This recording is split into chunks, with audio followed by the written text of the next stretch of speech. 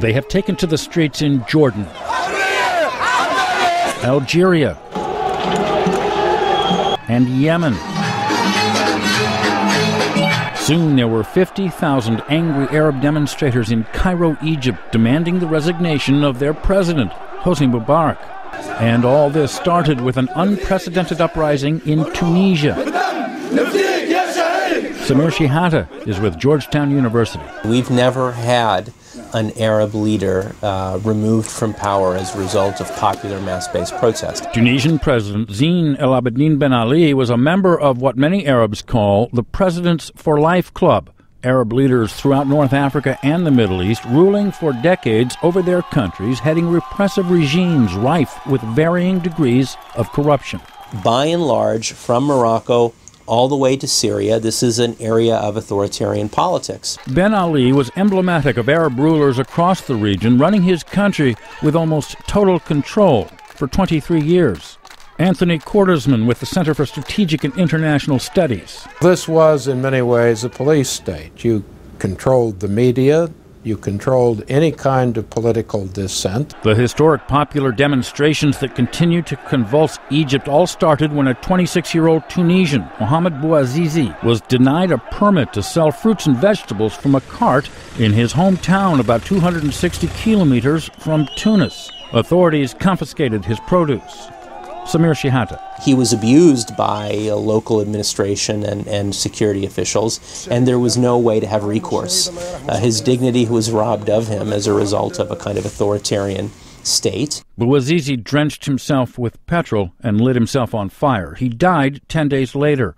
In this age of the internet, he immediately became a heroic icon in Tunisia and across much of the Arab world. Mohamed Bouazizi is not alone in the sense of being marginalized, being economically either underemployed or dissatisfied with his employment, and so on, right? He's representative of millions of others, of Arabs across the region.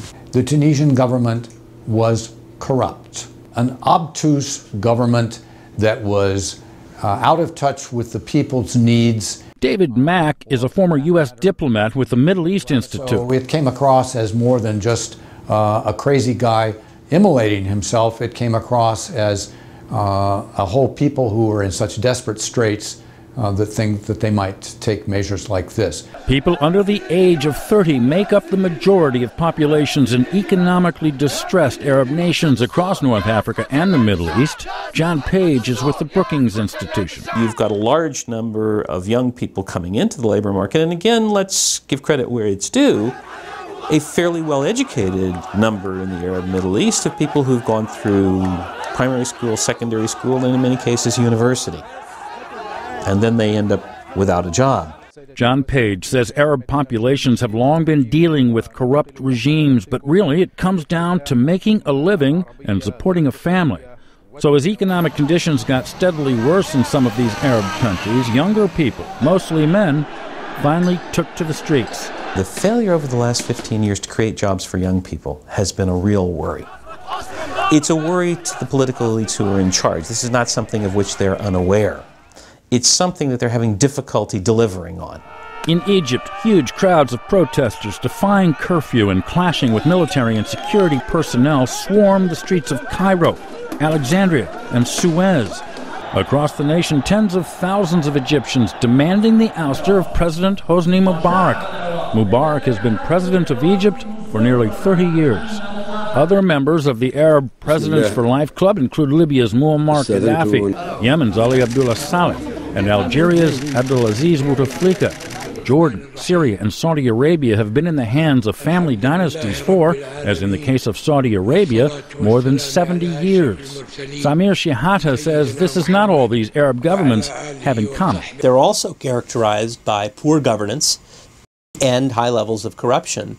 And then when you add on to that the kind of economic marginalization, youth unemployment, and so on, you have potentially a recipe for disaster. With Facebook and Twitter and all the other resources of the internet, Arab youth everywhere can now contrast and compare the quality of their lives under these rulers with the quality of life in other populations all over the world. John Page. If you look at the successful cases in Asia, one thing that's clear if you look at the European and North American economies today, is political leaders have the message that one question they have to ask themselves when they wake up in the morning is, how is the economy doing? I have never had a sense that Arab leaders wake up in the morning and ask themselves that question.